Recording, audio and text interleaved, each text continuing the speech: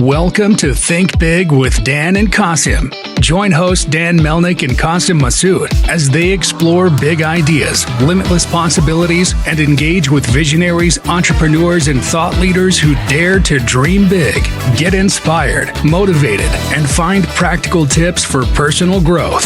Think big, dream bigger, and ignite your potential.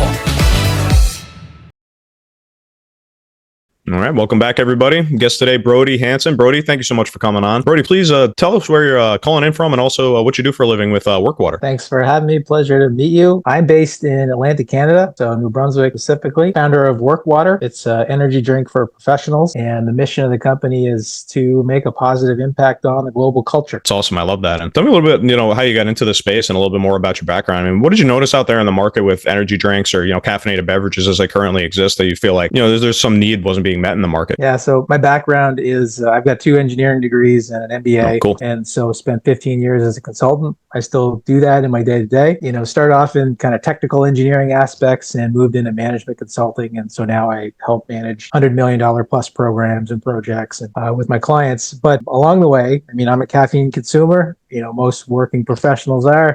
Coffee is the fuel for a lot. But for me, I chose cold beverage, ready to drink. And the only options available at the time were Red Bull, Monster. Of course, opting for the sugar-free version, thinking that's a healthier choice. But when you take a deeper dive into what's in these things, the ingredient list is hard to pronounce. You hear stories of men my age having heart attacks after consuming too many energy drinks. So this was, 2019 is when I started on the journey to find something better than what I was buying at the convenience store. And there wasn't anything at the time. So, I searched for what I wanted. It wasn't there. So I started formulating in my kitchen, bought a pound of caffeine off the internet. If you've ever driven home with a pound of white powder sitting in the front seat of your car, it's not a great experience.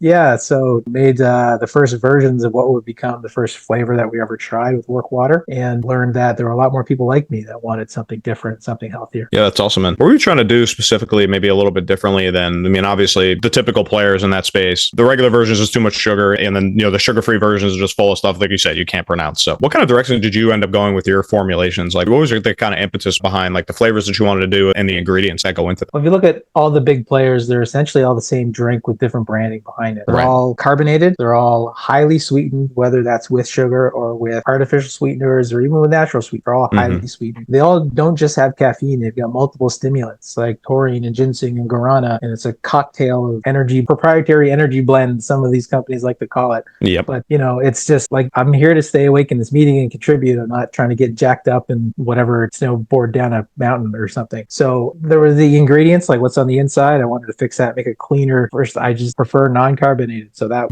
didn't exist and largely still doesn't exist other than our product. So non-carbonated, lightly sweetened, all natural ingredients. And then the final thing I wanted to fix was the outside of the can. There's traditional brands. It's like extreme sports, flaming skulls exploding on the side of this can. And, I'm having a meeting with a very important client, and aesthetically, that's just not the vibe I want to put out. So fix what's on the inside, cleaner beverage, lighter, lightly sweetened, better tasting, and more professional aesthetic on the outside. Yeah, that's actually fascinating. That was one of the, I think, biggest differentiators as I was like looking into it before we hopped on the call here today was exactly that. Because even a Red Bull, it's relatively simple-ish can. It's just silver and the red, but it still might be a little off-putting in a professional setting. So that's really interesting. It's a really fascinating target niche that you're trying to market to that I think has been definitely underserved in this area with energy drinks. So that's really interesting. And so obviously, that's your target customer or, ideal customer profile as you want, or whatever you want to call it, is a working professional. Do you have like a kind of more even niche down, like further than that, than the type of customer that you find buying this product? Is it like specific age range or demographic, psychographic that you find? Yeah, there's a few different archetypes that have emerged. Obviously, office workers like me, that's where I started. And that's kind of was the lowest hanging fruit just from, I can relate to them. But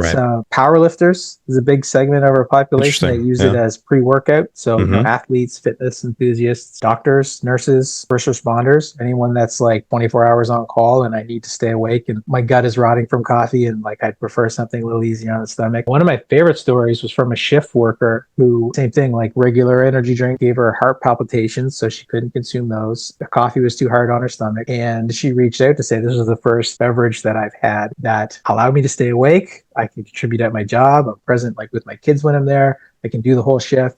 It's like easy enough. Like I feel so much better about my life because this thing exists. And when you get that kind of feedback, like, I just get chills, like even retelling the story. It's just, that's like, I do consulting day to day, but like, even though this business is much harder, it makes much less margin than consulting work does. It's just so much more meaningful to be able to contribute to somebody's life in like a practical. Yeah, that's definitely a common experience I hear. Obviously, doing interviews with entrepreneurs so often is, exactly that. I mean, it's one of the hardest things to do. You're constantly having to relearn every part of the process along the way, especially when it's just you. You have a small team behind you in a more growing stage of a brand, but none of them will ever take it back. I just always say that my favorite thing I've ever done is the most gratifying work that I've done in my career, 30 years of being in whatever industry. So I think it's important for people to hear. I mean, as I mentioned off the air, most of our listeners are other entrepreneurs, and I think people can really relate to that and sometimes can forget. And maybe hopefully, my vision for like what we're doing with our, podcast here is kind of to hear like those types of stories again, or maybe somebody's just kind of been in a grind mode for a few years to say like, don't forget your why. Like, remember why you're doing this, and those types of feelings that you get doing what your passion brought you to doing. Yeah. This shit is hard. Like, it is, man. Sorry, I don't know if I can swear here, but this right, stuff is like so much more difficult than just phoning it in and going to work for somebody. Yeah. Particularly if you're making a physical product, let alone something somebody like puts inside their body. Like, I wish that I had the best idea for like software as a service 10 years ago when that was the thing with slide 7 hockey stick growth curves to the right. Like that would have been the business to get in. But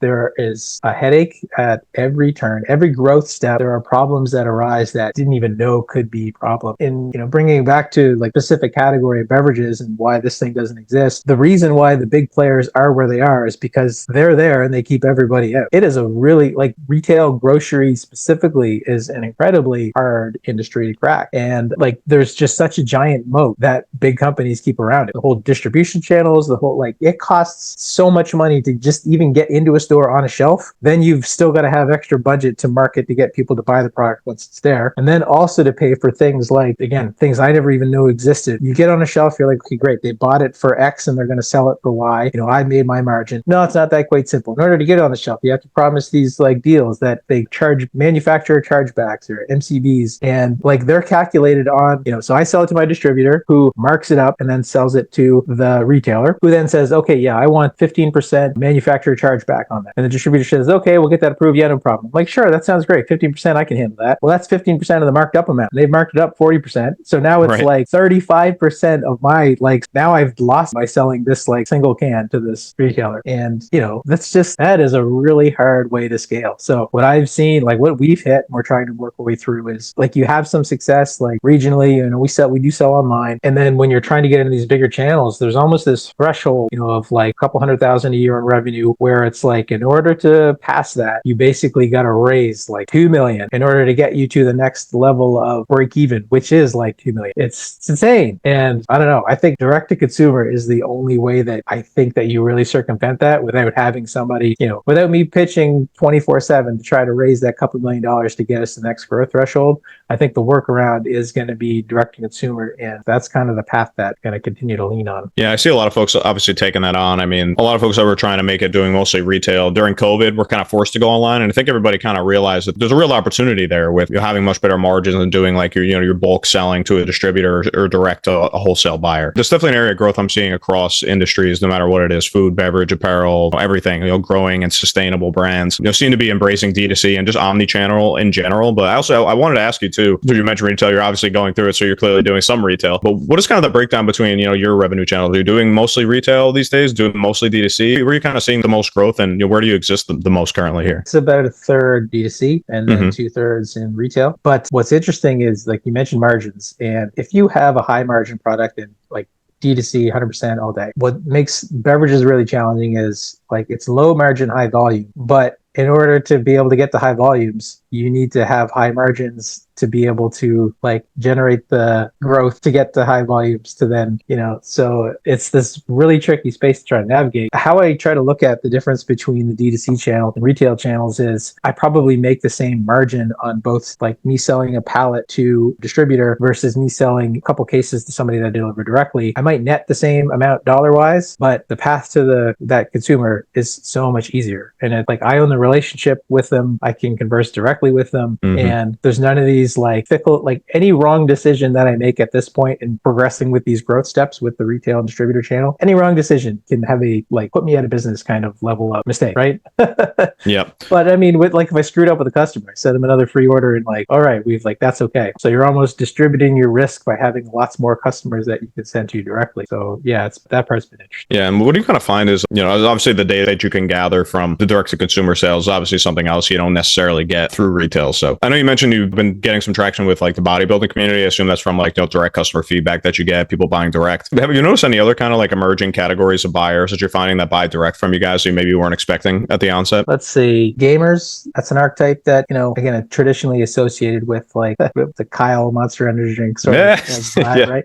But yeah, gamers one segment, but yeah, largely I would say the majority are working professionals or personal trainers. CrossFit is big consumers. We're in a lot of natural health food stores, and what was cool to see with that, like they had a preferred energy drink that they would put on there. There's not a lot of shelf space in like any of these places, and so we would try all their product there. Great strategies. You roll up and say, I've got this product for free for you if you'd like to try to sell it, and then you're in the store and you're on the shelf. Like that's a great way to solicit independent, and you're always talking to. Usually it's like the owner of the store that you're rolling up to talk to. So roll up, say, here's some free product, sell it in the store. If you run out, call me, and then we can order for you. And what was cool to see is that we actually displaced their energy drink that they were having before. That was the all natural.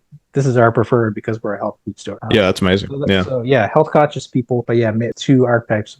What I would say is primary customer, office worker that wants to make better choices, and then fitness conscious, fitness enthusiast, athlete, professional kind of thing. It's interesting. And I'm always curious too, in the kind of retail and grocery space, did you get to have any kind of like sort of test period where like you tried it out in different parts of the store? I mean, or do you kind of exist and have the most success where you're in an actual like energy drink specific part of a grocer? Or do you find more success in maybe kind of like a tangential like area in the grocery store? Where can you find this if you're in one of those stores? I'm curious. The best place in the store is the front cooler. So if there's a grab and go cooler somewhere, that 100% performs the best. And that's like for any drink, not just us. Like that's the feedback we got from grocery managers is like, if you can get the front cooler, then you're doing well. We see that in the data as well. But one of the frustrating parts in kind of the level that we're in is we don't have any control over where we get located. So there's a national grocery chain in Canada. I don't know if they're in the States or not, but anyway, it's called Sobeys, and they have a wonderful program for local vendors. Like, so it's divvied up across the country. So I'm in the Atlantic Canada version of their local program. And it's almost a kind of streamlined way to get onboarded into selling into the Sobeys locations in that region. So they help you through like, the food safety stuff to make sure everything's kosher there. They'll get your article listed in the system so that managers of these stores can then order your product. You've got, you can deliver it directly to their store or find a distributor. But it's a great program to help onboard you into the ecosystem. But then it could be anywhere in the store. Like I found us in the alcoholic beverage section, or I found us at the end aisle at the end of the frozen food section. That part's kind of tricky, but one of the most reassuring parts is once people do discover it, I mean, caffeine is a habitual product, so a lot of our customers will find where it is, and then that's where they go buy it from every time. We even saw in places where we were on shelf in retail, we'd invest in marketing, like direct consumer marketing on the website. They might have an initial order from the website to be exposed to the product, but then they end up buying in retail, like because it's more convenient. They don't necessarily want to order 24 cans at a time. So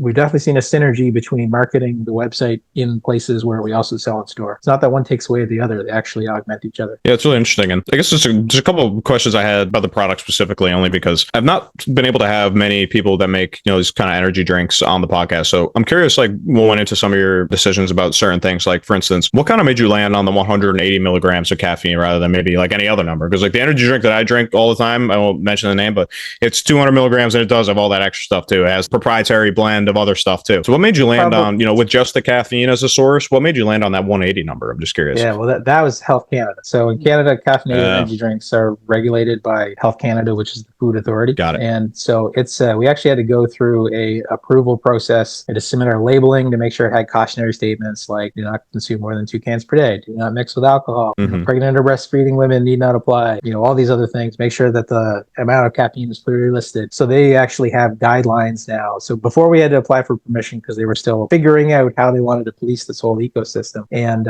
since then, guidelines are published. We actually have some revisions that we're doing to our label to be compliant with that. I have until I think the end of next year to phase that in. But so that's the reason we went with that. That's the most I was allowed to put in the can. But from a practical perspective, I mean, that's also like that's almost, I think, the appropriate amount to have in a single setting. Like if you talk to, like the powerlifting community that I mentioned before, that's kind of the sweet spot of what they do for pre-workout. Like that's kind of what you want. I don't know if it's Prime that was the one that you typically drink. I know that's 200 milligrams in the US. Celsius might be 200 milligrams as well. Those are two kind of similar. Hey, we're no sugar, but we've got all this stuff in it, kind of. Yeah. But Prime ran into trouble in Canada because they somehow, some way, the American version got on a lot of shelves in Canada. So the 200 milligrams per the smaller can was like, that's not permitted. So there was a big recall and shelves got emptied because they were selling illegal product in here. So that was it. But yeah, in the US, you're fine. You do whatever. Yeah. No, I mean, it's fair enough. And I was going to ask you too, like, is that just the most like they'll allow? But I think that is like, that's a pretty typical amount, I think. And what people typically look for, 200 is probably pretty typical for most American energy drinks that I've seen. And then like, there's some that go nuts and they're like 300 in like a 12-ounce can. But yeah, that's kind of intense. But yeah, it's a lot. Yeah. Like if you compare it to coffee though, I get the question, well, how much is 180 milligrams? Because, I don't really know. So try to equate it to coffee. And I mean, coffee's all over the map with, how much concentration is. So if Starbucks is kind of the gold standard for a readily available cup of coffee that you can buy anywhere. And it's like a small cup of coffee at Starbucks has the same amount of one of these cans. And so if you get somebody ordering I don't know, whatever the Italian word for the largest one at Starbucks is. 20, venti.